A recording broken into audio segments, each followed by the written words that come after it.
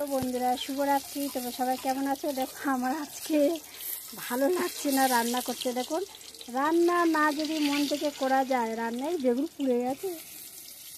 রান্না করতে না ভালো লাগলে সব কিছু তখন পুড়ে যাবে।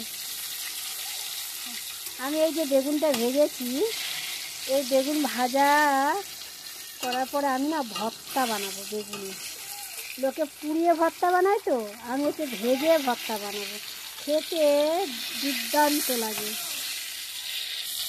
তবে আজকে আমি কিছুটা ভিডিও আপনাদের সামনে দেখাবো কিভাবে ভর্তাটা আমি বানাই। এখন একটু ভাজা করে নিই, তারপরে তোমাদেরকে দেখাবো এর মধ্যে কী কী মশলা দেবো, কেমনভাবে মাখাবো। পুরো ভিডিওটা দেখার জন্য প্রিয় বন্ধুরা তোমাদের কাছে অনুরোধ রইল। দেখো বন্ধুরা, বেগুন ভাজা হয়ে গেছে, আমি একে একে তুলে নেব।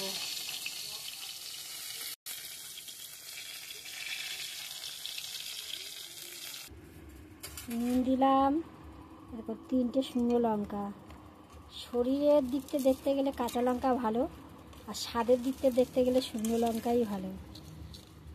শুকনো লঙ্কা খেলে পেট জ্বালা করে, কিন্তু কাঁচা লঙ্কা স্বাদ অতটা ভালো হয় না, কিন্তু শরীরের পক্ষে ভালো খুবই। হয়ে গেছে। এর সঙ্গে একটু ধনে পাতাটাও মুড়ে নিই।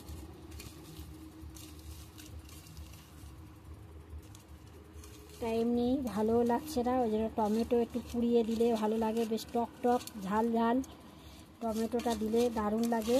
আজকে টমেটো দিলাম না, শুধু এমনি বেগুন ভেজে ভর্তা বানাচ্ছি।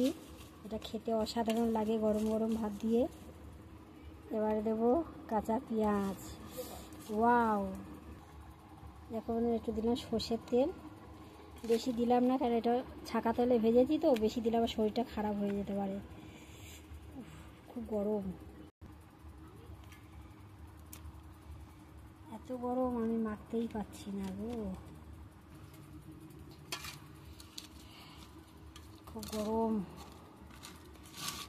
প্লিজ বন্ধুরা তোমরা একবার এইভাবে বাড়িতে ট্রাই করে দেখো, বেগুন ভেজে বেগুনের ভর্তা বানাই আর গরম গরম ভাত দিয়ে খেয়ে দেখো। যদি না ভালো লাগে তোমরা আমাকে কমেন্টে বলো, কিন্তু অসাধারণ লাগে। এর মধ্যে একটু কেউ পারলে, কারোর হাতে যদি টাইম থাকে, একটু টমেটো পুড়িয়ে একটু মেখে নেবে, আরও ভালো লাগে। দেখেছো, দেখি তো মানে খেতে ইচ্ছে করছে গো আমার, দেখে তোমরা বুঝতে পারছো আমি কথা বলছি। আর থাকতে পারছি না, গরম গরম ভাত দিয়ে যেন ইচ্ছে করছে এখন খেয়ে নিই, কিন্তু এখন খাবো না, একটু পরে খাবো। তো দাদাভাই আসলে।